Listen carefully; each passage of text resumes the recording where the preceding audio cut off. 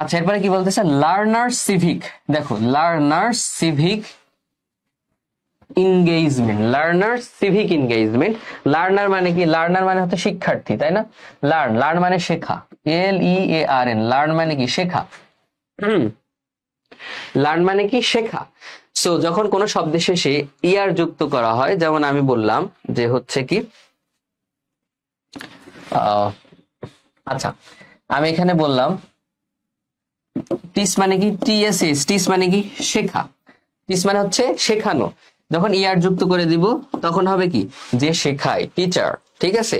আবার এখানে দেখো হচ্ছে লার্ন মানে হচ্ছে শেখা, যখন আমি ইয়ার যুক্ত করে দিই তখন হচ্ছে যে শিখে, তার মানে শিক্ষার্থী, এরকম আর কি। সো লার্নার সিভিক এনগেজমেন্ট, শিক্ষার্থীদের নাগরিক সম্পৃক্ততা। নাগরিক সম্পৃক্ততা তো যারা বোঝো নাই, শুরু থেকে দেখবা। তো শিক্ষার্থীদের নাগরিক সম্পৃক্ততা ইজ, হয় হাইলি। হাইলি মানে কি? হাইলি শব্দের অর্থ হচ্ছে অত্যন্ত, ব্যাপকভাবে। ঠিক আছে। হাই, হাই মানে কি?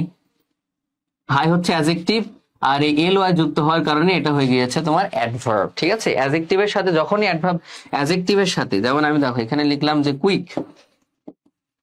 ঠিক আছে। কুইক, কুইক মানে কি? দ্রুত। আমি আবার লিখলাম beautiful, BEAUTIFUL, beautiful.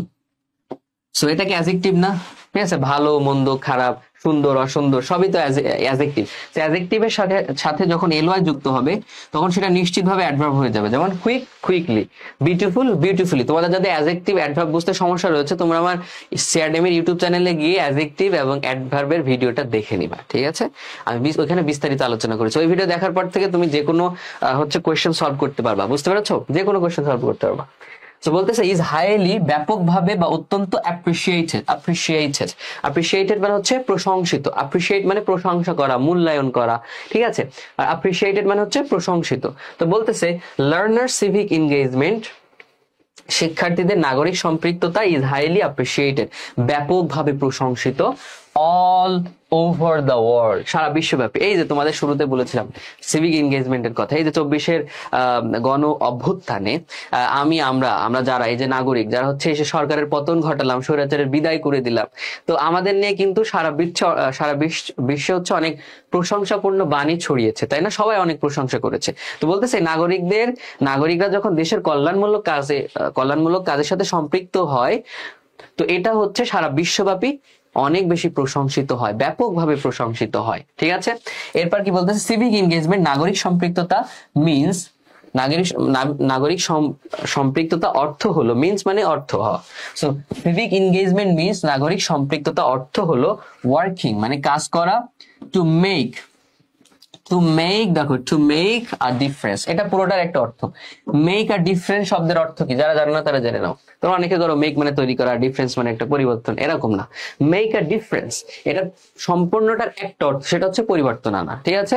So make a difference, working to make a difference, যে নাগরিক সম্পৃক্ততার অর্থ হলো কি?